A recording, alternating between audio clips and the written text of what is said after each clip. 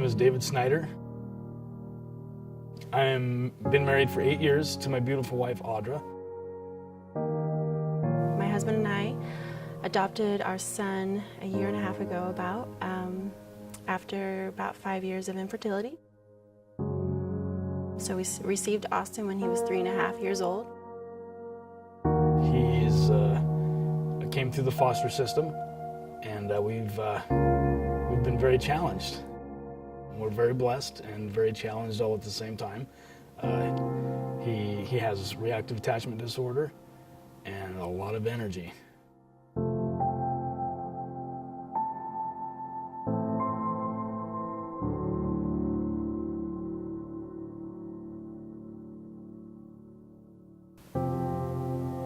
I knew the moment we got the phone call that this was a forever situation, and that no matter what happened, that we would be here for this boy. I knew he was going to be my son.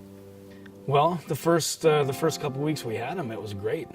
So we finally get this 3.5-year-old boy, and I just thought, woohoo, we're going to love this boy, we're going to save him, and he's going to love us, and we're just going to enjoy our life, finally being a family, and we were in for a surprise. But after about the third week, it was not quite the story.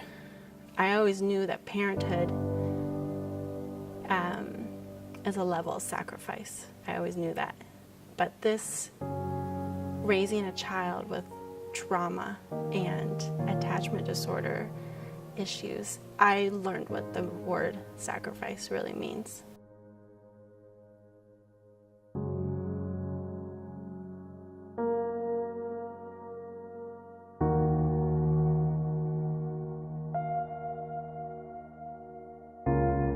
It was gloves off with him, and the defiance was there. The I'm not doing what you're saying.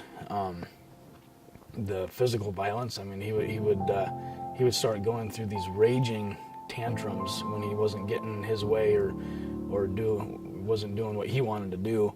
Where usually it'd be my wife, because I'd be at work, would be holding him, and holding with all of her strength, having to hold him and hold his legs down, and he'd be trying to kick and punch and bite and headbutt and anything he could do to cause pain or hurt to whichever one of us was there. I mean, to the dogs.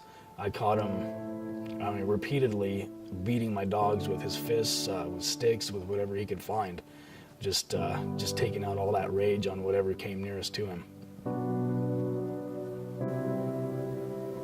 Being peed on, spit on,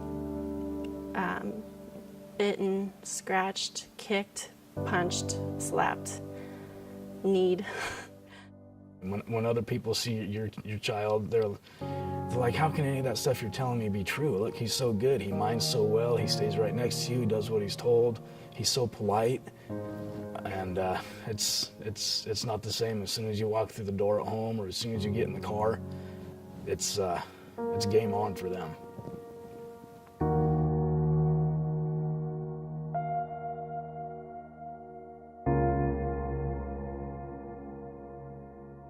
Watching everything that my wife has to endure as she's going through this, and being rejected by the child that we love over and over and over on a daily basis, and watching her heart get torn through that is really hard for me.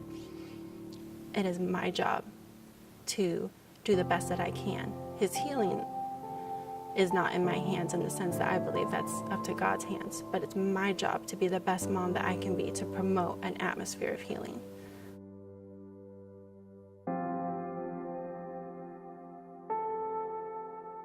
Will my son completely heal?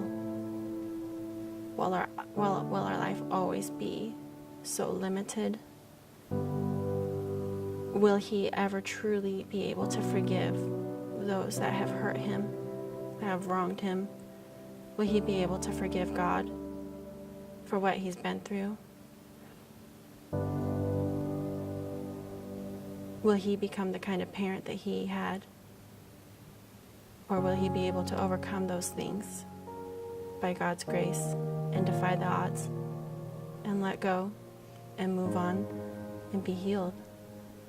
I wonder, will Austin choose the healing?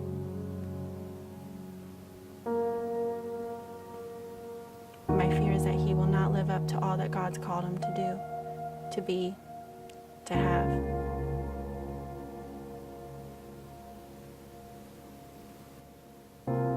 That maybe when we got him, he was already so damaged that it might be beyond fixing. That would be my greatest fear.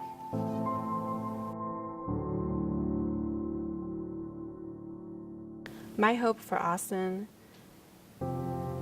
is that he sees how awesome he is. He's so gifted. And his personality really does light up a room. He makes people feel at ease. And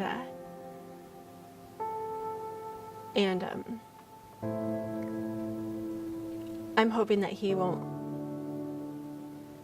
be bound by the past, but that he'll see all that God's given him. You know, just a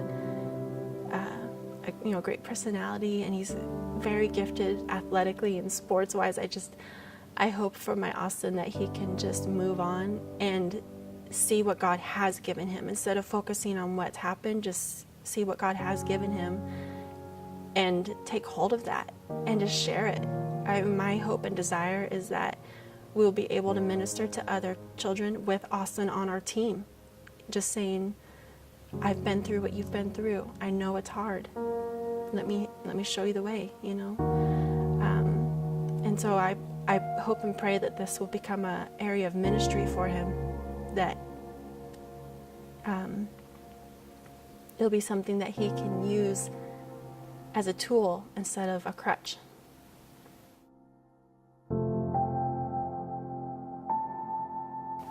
If I could say anything to Austin, I would say that in Psalms 39 it says that I am fearfully and wonderfully made, and my soul knows it full well. And I would say to him that God doesn't waste his time, and God created you for a reason. And that I am so blessed to be his mom.